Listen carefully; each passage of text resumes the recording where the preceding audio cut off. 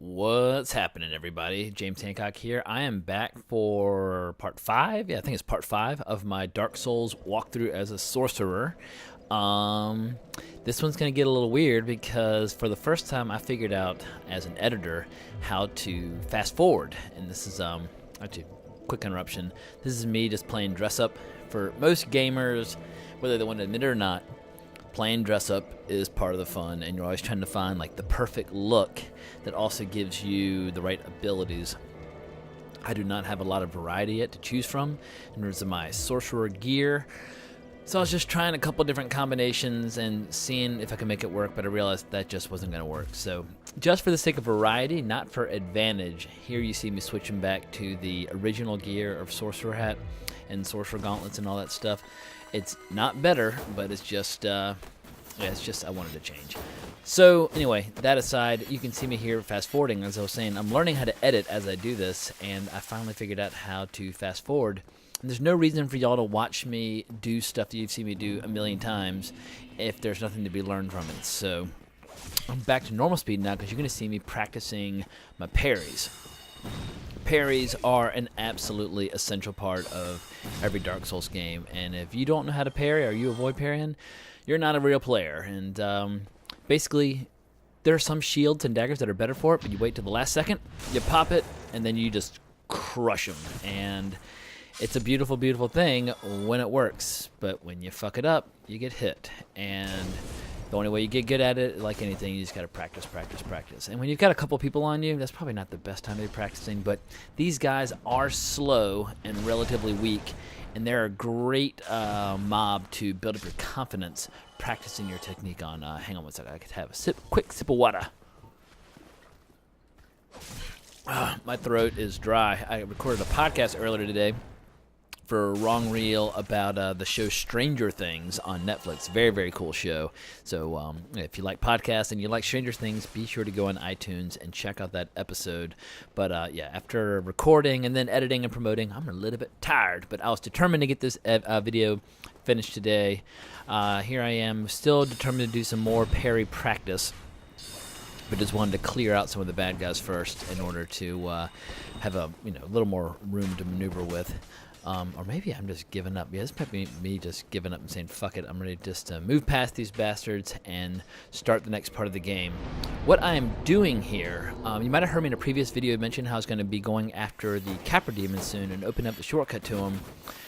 But there's a couple of things that I can snag before fighting them. A, I'll be more powerful when I fight him, which is always helpful because Capra Demon, he can be challenging. And before moving on to new parts of the game, it's better sometimes just to kind of do a little dust up or mop up behind you and make sure there's no gear you missed and no major ads that you missed. So you've seen me fight these guys a million times, so I'm just fast forwarding through it and just killing these mobs, because what I'm about to do is take on another Silver Knight. I believe it's called a Silver Knight. These guys early on in the game are pretty damn tough, but they drop Titanite chunks, and Titanite chunks are just an absolutely essential mat, and they are expensive as hell later on in the game in terms of buying them with souls.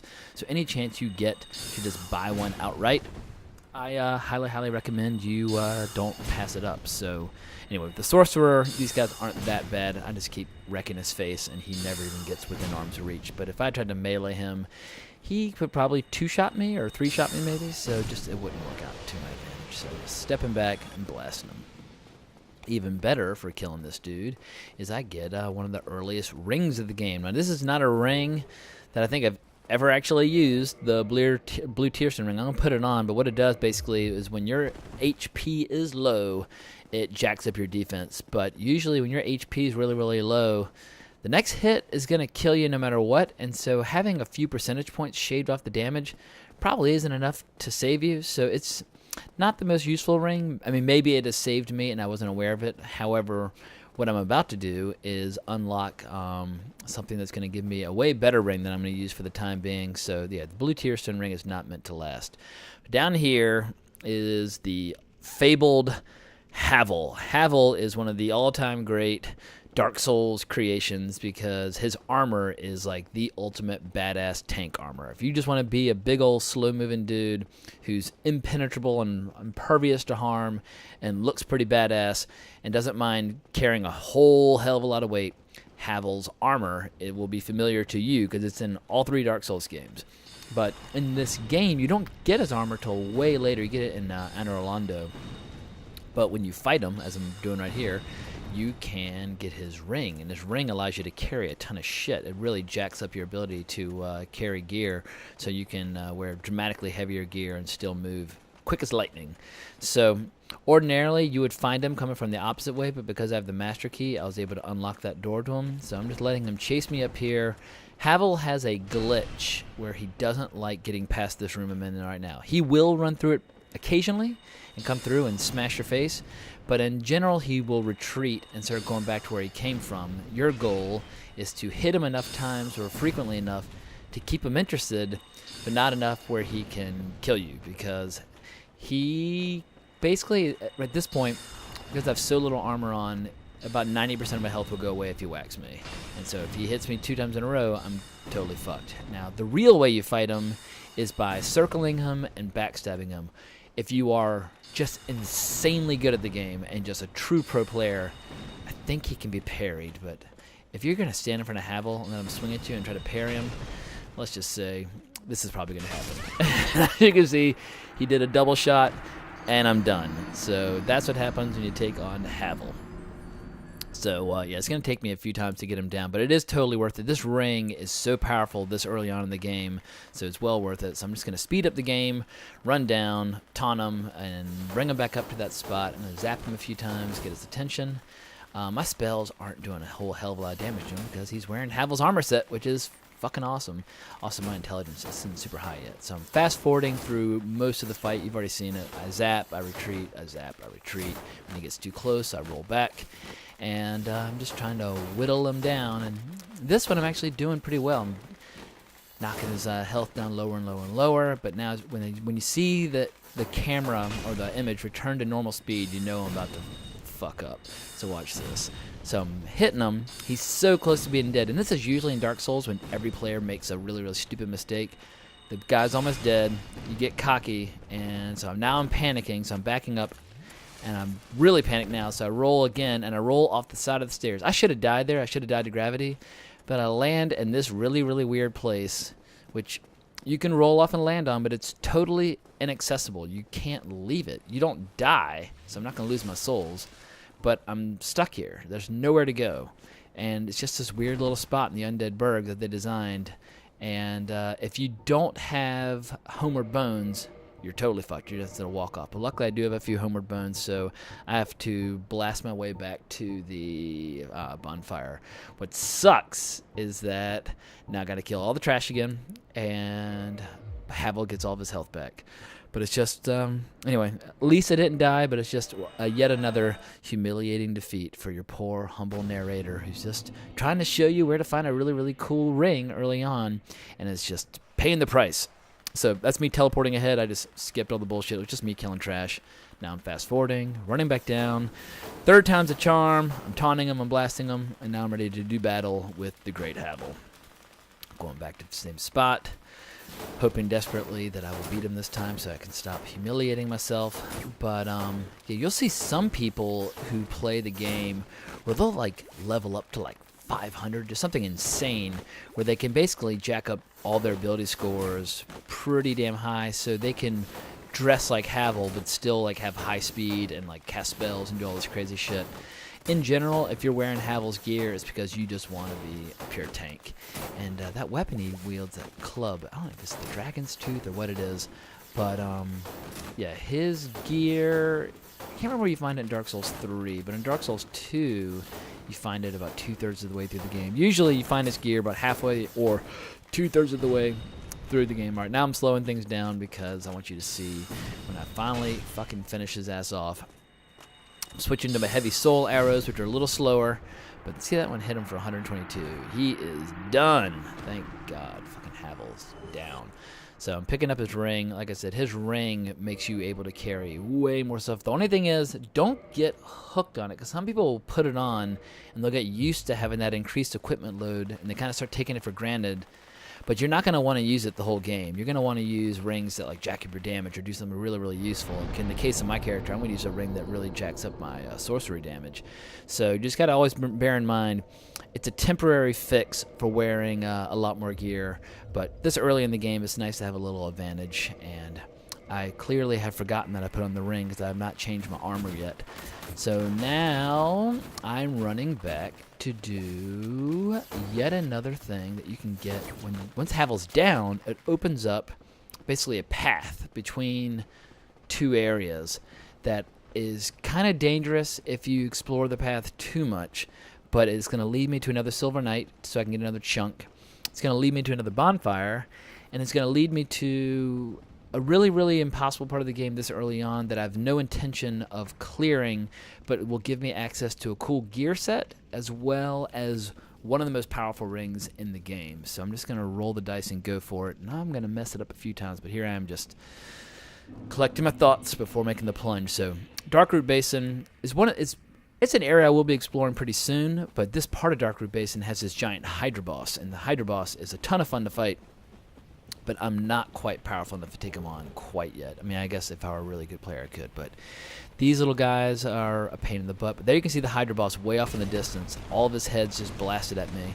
And I'm trying to stay out of the way of it. But I don't. And that's what happens when you're at distance from the Hydra. He just keeps blasting and blasting and blasting. The only way you can fight the Hydra is by getting really, really close to him. The problems with the Hydra, when you get close to him, all the heads start trying to bite you, and there's a ledge on that lake where if you fall over the ledge, you're going to die. So you have to find this little sweet spot where you're not too close to fall off the ledge, but not far enough away that he can blast you.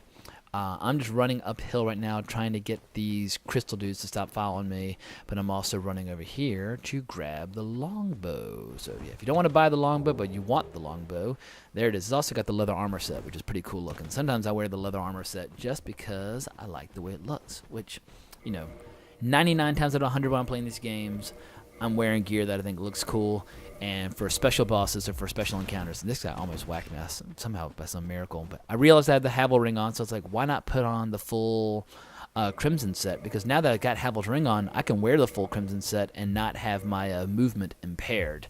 So for the time being, I'm going to be wearing this full set. It looks fucking cool as shit. It's a powerful armor set. And if I were to invest some Twinkling Titanite into it, it would be a set that I could easily wear the whole game, and a lot of people will decide to. I will not be doing that because I'll get sick of the sight of it after a while. Anyway, this guy, he's got a different weapon than the previous one. It's kind of like a glaive or a halberd or something, but you got to be real careful because you're fighting him on this ledge, and he hits hard. So I'm just trying to keep my distance and blast him. But yeah, if you are a melee guy, you're going to be in for a pretty good fight. But these guys are pretty fun to fight because they look cool, and it's just fun and exciting to fight them. I don't know why I've always liked these guys. And it's fun to collect the armor sets as well. But this is me dying to gravity because I thought I was on a different line of attack, but I forgot just how narrow the path was. So I was rolling away from him and rolled right off the edge. So if you have played Dark Souls before, you know the feeling of just dying to gravity. It makes you feel real dumb and really low in spirit and not very confident in yourself. But onwards and upwards, we're going to keep a positive attitude. So here I am running back. I probably should have fast forwarded this part, but I was just being lazy. But I'm also just looking for my souls because I want to reclaim them before fighting this guy again. Like I said, this guy's not too hard if you keep your distance, but I just made an unforced error. My grandfather used to always say that about sports. He's look, if you can just play without error, you don't have to be fast or strong or better than one, but you will probably do pretty well in sports just by not making errors and letting other people make mistakes. But that is easier said than done. So take two. I'm going to try to fight this guy again. There he is. I'm just going to get a spell off. Oh, get his attention.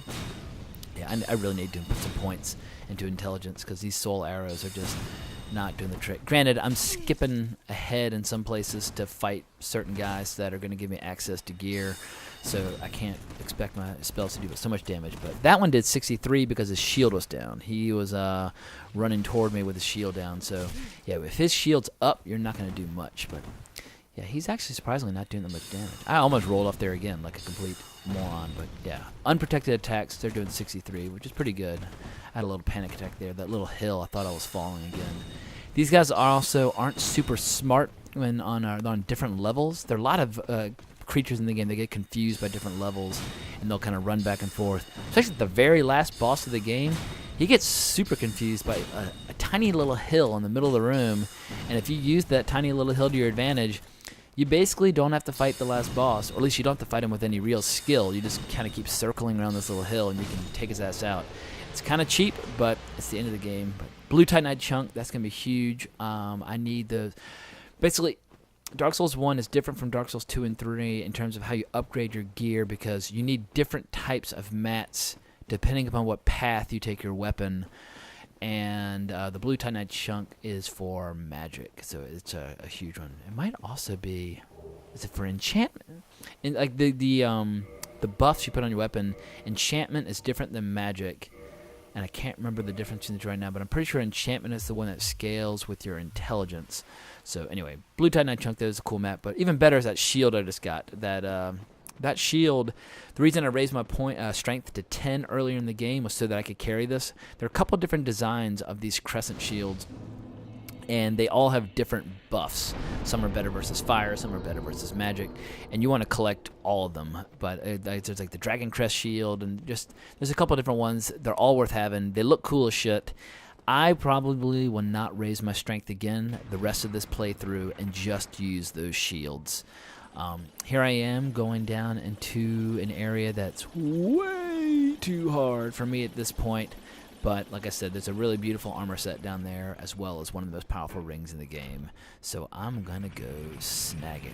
The irony is that it's a ring that I'm not planning on using. This is a ring for true pro players. When you see the world record holders ripping through this game and clearing it in like 45 minutes by just going boss, boss, boss, boss, boss, they usually have to grab this ring at some point, because what the ring does, it makes your damage go up when your health is low. So people will intentionally keep their health super low and just blast the shit out of bosses.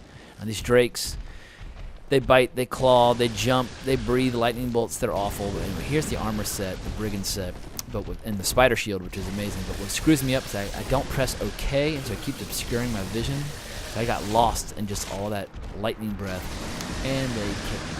So anyway, I was expecting to die at least once or twice down here, because there's just no chance of fighting them at this point in the game. So I'm fast forwarding it, calling back the elevator. Here's actually a good tip. If you know you're in a tough area that requires access by elevator frequently, whenever you get off the elevator, step on it again and send it back, because you know you're probably going to be coming through again, so it just saves you some time. But anyway, I was being cocky, so I didn't send it back up, and I will pay the price. So I'm going to collect my souls, run past this guy, and try to get up that ladder in front of me one more time. But I get lost in the lightning bolt. I should have gone left, not right. I get stuck, and once again, I'm going to go down in flames. So that's just I mean, in my defense, these guys are insanely powerful, and there's no way I can fight them, especially 4 at a time. But I'm just being impatient and trying to get to this ring, because it's a crucial thing. And then I can get back to just doing progression. I think I'm just about at the point where I stop grabbing little shortcuts or jumping ahead to certain areas to grab pieces of gear or little mats. It's time to just start doing some real, genuine progression, because I haven't really done any progression in a couple of videos since I killed the bell gargoyles. So it's about time to get another boss down. So this time, I shuck, I jive, I pull some strafing, I get around, but anyway, I got lucky. Now it's time to get the ladder. What sucks is that there's 3,500 souls off to the side, which is just enough souls, especially at this level, because that would be enough to put a point to something, that I'm going to probably have to lose my souls, and I haven't lost my souls yet in the game. I've died. Actually, that's not true. I lost like 350 very early on when I grabbed my first Firekeeper soul, so I guess I already popped my cherry on that front. But anyway, there's the Red Tearstone Ring. It's fucking awesome. People use it. It boosts your attack when your HP is low, and yeah, it's just it's an awesome ring. So that's me looking at my souls, thinking, I mean, I'm gonna lose them anyway if I Homer Bone back, so I've got nothing to lose before going for them. So I was just thinking, maybe I'll get lucky and get a lucky roll and just roll through them all and grab the souls and then just start running since they're all clustered together. And like I said, I had nothing to lose, because if I teleport away, the souls are just going to stay there anyway. I didn't want to have to fucking come back for them, so they just are not interested in my plan, and they shit on me, but that's all right. I got the Brigand armor set, and I got the that Red Tearstone Ring, or whatever the hell it's called. So we're off. Now I'm going to unlock the second half, or show you the second half of this kind of shortcut back to familiar territory, and along the way we have to keep our eyes open because there is a little crystal lizard. And every time, granted, Dark Souls 1 is very easy to get your crystal lizards because if you miss them, you just log out, back in, and they reappear, and you just smack them. So, yeah, I never feel with that much anxiety. Dark Souls 2, it's like, oh my god, I've got to go back to the bonfire, reset the whole damn level, and then try again. So, there he is. I'm going to zap him a few times with some soul arrows, and he is fucked. Bye-bye. Twinkling Titanite and a Titanite chunk. Very nice. Both very useful mats. So where this is going to lead up to is the beginning of the Darkroot Basin, which has a lot of like tree people. It's a not a huge part of the game that I really, really enjoy because I don't like, maybe it's why I live in New York City, I don't like natural environments in games. I don't like trees, I don't like deserts, I don't like swamps, I don't like water. I like castles and towns and cities and just exploring, civilization. Anyway, someone's hitting me from behind. I'm rapidly getting ganged up on. But this is kind of the path that takes you to like the butterfly boss. So I'm just skipping around them. They're not that powerful, which gives me or encourages me that I can come through here pretty soon and enjoy some success. I mean, it might even make sense to come here before taking on the Capra Demon. But I think as you can tell, I'm doing everything in my power to avoid fighting the Capra Demon just because I hate that room so much. So I'm trying to get as powerful as I can before I go there.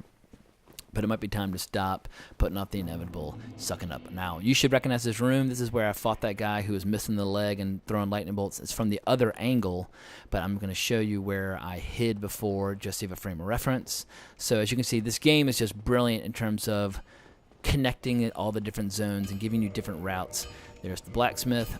I'm feeling a little pissed off that I lost all those souls, so I'm going to use some of my souls to try and get enough to at least put a point into something, because I'm feeling whenever I lose souls, I'm very, very irritated. But it's just part of the game. Like, it's very, very hard to play Dark Souls without losing souls at least once, and you just hope that you don't get to a point where, later on in the game we need like 100,000 or 200,000 souls to pass a level, and then you lose your souls. It just sucks the life out of you. So yeah, losing a couple thousand is not that big a deal, but sadly I don't have enough to level up, so it's time to go farm some trash on the way to the next area, and that'll give me enough shit to at least get one more point before moving on to the next zone.